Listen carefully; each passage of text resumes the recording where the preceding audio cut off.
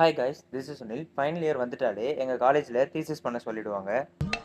நம்ம என்ன வேலையா செய்ய போறோம்? சும்மா பார்க்க போறோம். எப்போல்லாம் எங்கள் சார் டிபார்ட்மெண்ட் வந்தாலும் எல்லாரும் ஓடிடுவானுங்க. தப்பிச்சு எப்படியாவது ஓடிவிடு. ஆனால் இன்னைக்குன்னு பார்த்து எல்லாரும் சேர்ந்து சாரை சுத்து போட்டானுங்க. என்னடான்னு கேட்டால், சார் தீசிஸ்க்கு கரெக்ஷன் சொல்லுங்க அப்படின்னு சொல்கிறாங்க. அடேங்கப்பா, எவ்வளவு கூட்டம்! எங்கள் எல்லா தீசிஸ்க்கும் கரெக்ஷன் சொல்லியே எங்கள் சாருக்கு தலைவலியே வந்துடும்.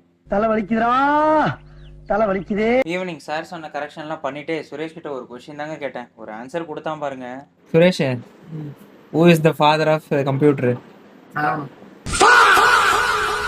எனக்கு தமிழ் நல்லா பேச வரும், ஆனால் படிக்க வராது. சரி, ஜெய் தான் இருக்கே, நல்லா தமிழில் கவிதை எழுதுவாங்களேன்னு ஒரு டவுட்டு தாங்க கேட்டேன். ஸ்டூடெண்ட்டுன்னு போட்டால் மாணவர்னு வருது. எனக்கு கீழே இருக்குல்ல, கண்ணு தெரியாத கபோதா. என்னடா பொசுக்குன்னு மலையாளம் பேசிவிட்ட? ஒரு வழியாக தீசிஸ் புக் போட்டாச்சு. சைன் வாங்குறதுக்காக ஏஹெச்எஸ் பில்டிங்கும் போயாச்சு. அங்கே மேம் கிட்ட சைனும் வாங்கியாச்சு. நெக்ஸ்ட் எங்கள் சார்கிட்டையும் சைன் வாங்கியாச்சு. ஃபைனல் ஸ்டெப்பாக பிரின்சிபல் ரூமுக்கும் போயாச்சு.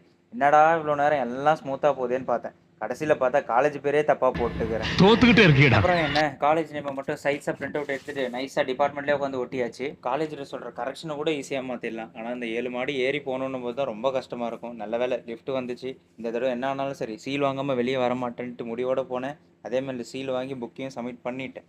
நம்ம ஜெயிச்சிட்டோம், ஜெயிச்சிட்டோம்.